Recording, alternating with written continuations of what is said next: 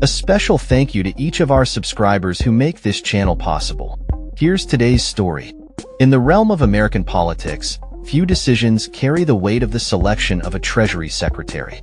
As President-elect Donald Trump approaches this crucial choice, the implications extend far beyond the name that will grace the nation's currency.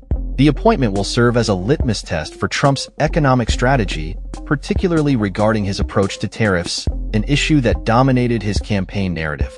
The contenders for this vital role present a spectrum of views on tariffs, reflecting the broader questions about the direction of U.S. trade policy under the incoming administration.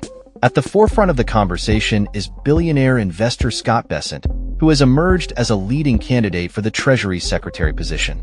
His stance on tariffs is that they should be viewed as a negotiating tool rather than a permanent fixture of U.S. trade policy. This perspective aligns with Trump's campaign rhetoric, where tariffs were framed as a means to secure better trade deals and generate revenue for tax cuts. Bessent has articulated that tariffs could serve as a one-time price adjustment and should primarily target China, which he believes is essential for achieving the president's broader foreign policy objectives. On the other side of the debate is Howard Lutnick, CEO of Cantor Fitzgerald, who has been vocal about the necessity of broader tariffs. Lutnick, who co-chairs Trump's transition team, argues that tariffs are an essential instrument for protecting American workers and industries. His support for tariffs is rooted in a belief that they can create a more favorable economic environment for domestic production. The divergence in views between Bessent and Lutnick highlights the complexity of Trump's tariff policy. During his campaign, Trump proposed sweeping tariffs, including a universal tax of up to 20% and a staggering 60% on Chinese imports. However, the specifics of how these tariffs would be implemented and their intended purpose remain ambiguous. Critics argue that the dual objectives of generating government revenue and using tariffs as a negotiation tactic are fundamentally at odds, complicating the administration's ability to sustain long-term economic growth. The stakes are high. The potential for tariffs to exacerbate inflation and disrupt the stock market looms large. After the election, the stock market has seen gains, which many attribute to investor optimism about Trump's policies. However, the imposition of high tariffs could jeopardize this momentum, leading to increased costs for consumers and businesses alike. A study conducted by economists Mary Lovely and Kimberly Klossing estimated that a 60% tariff on Chinese imports, coupled with a 20% universal tariff, could cost the average American household approximately $2,600 annually. This financial burden raises concerns about how tariffs could affect everyday consumers, particularly those who supported Trump in hopes of economic relief. Elon Musk, a significant figure in the tech industry and an influential voice during Trump's transition, has weighed in on the debate. He publicly endorsed Lutnick, suggesting that Bessent represents a continuation of the status quo, which he believes is detrimental to the American economy. Musk's comments underscore the urgency for change in trade policy, as he argues that maintaining the current approach could lead to further economic decline.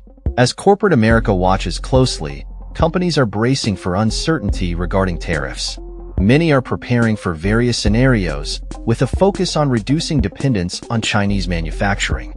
Executives from major firms have expressed concerns about the potential impact of tariffs on their operations and pricing strategies. For instance, Donald Allen, Jr., CEO of Stanley Black & Decker, indicated that while his company is planning for higher tariffs, the cost-effectiveness of moving manufacturing jobs back to the U.S. remains a significant hurdle. The apprehension is palpable across industries. Timothy Boyle, chairman and CEO of Columbia Sportswear, articulated his worries about tariffs, even though his company has limited exposure to Chinese imports. He criticized the notion that tariffs would enhance domestic production, calling such arguments misleading. Conversely, some companies, like Constellation Brands, have experienced growth during Trump's previous term and express a belief that tariffs will primarily target China rather than spreading to other trade partners. CEO William Newlands is optimistic about the potential for continued success despite the looming tariff discussions.